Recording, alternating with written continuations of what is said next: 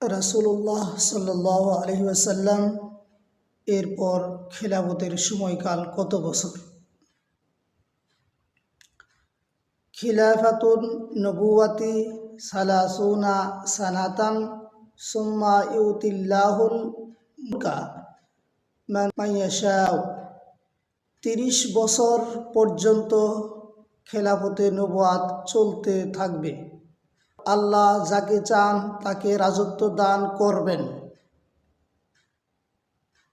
এই ৩০ বছর আবু বকর, ওমর, উসমান ও আলী রাদিয়াল্লাহু তাআলা এর খেলাফতের মাধ্যমে পূর্ণ হয়েছে।